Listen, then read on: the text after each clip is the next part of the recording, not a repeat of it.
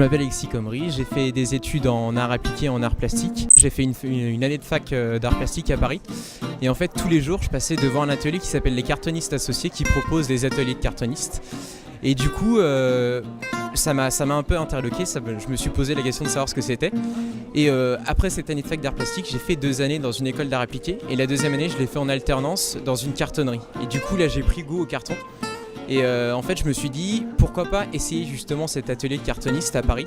Et j'ai fait une petite formation, vraiment une petite initiation d'1 mois pour apprendre juste les bases. Et depuis, après cette formation, maintenant je me débrouille tout seul. En fait, ça m'arrive très souvent de me dire « Oh, j'aimerais bien avoir ça ou ça ». Et du coup, je me dis après coup, mais pourquoi je le ferais pas en carton ?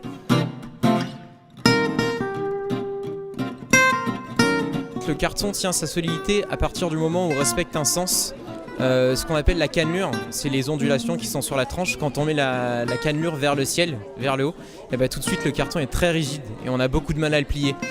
Et le fait que justement on le mette dans l'autre sens, là on peut épouser les formes qui sont très arrondies.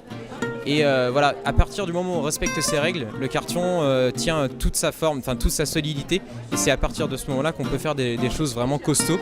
Un fauteuil en carton, quand il est fait correctement, peut soutenir une personne de 200 kg. Après, en termes de durée dans le temps, les premiers meubles en carton ont été faits il y a 25 ans et depuis ce jour-là, ils n'ont pas bougé.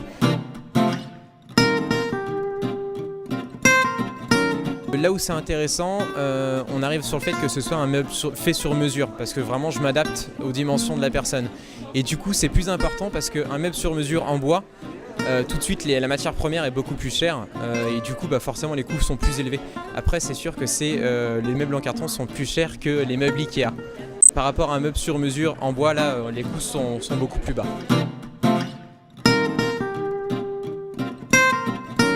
On passe commande. Moi, ce que je fais, c'est que je fais un devis, je prends les mesures, je fais un croquis, etc. Je parle avec la personne pour savoir exactement ce qu'elle veut, en essayant de lui proposer les meilleures solutions possibles. Et après, une fois le devis établi et que la personne est d'accord, moi, je réalise le meuble.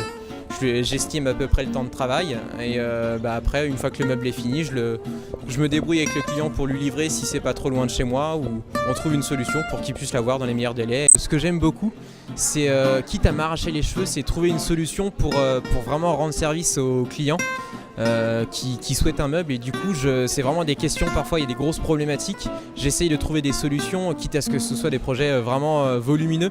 Mais voilà, ça c'est des choses sur lesquelles moi je prends beaucoup de plaisir.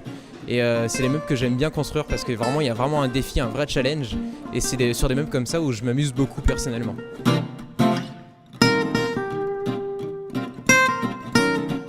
Voilà, c'est vraiment du sur-mesure, donc ça peut que convenir forcément aux clients parce que la force du meuble en carton, je dirais, c'est de pouvoir vraiment s'adapter aux clients, aux besoins et à ce qu'ils désirent.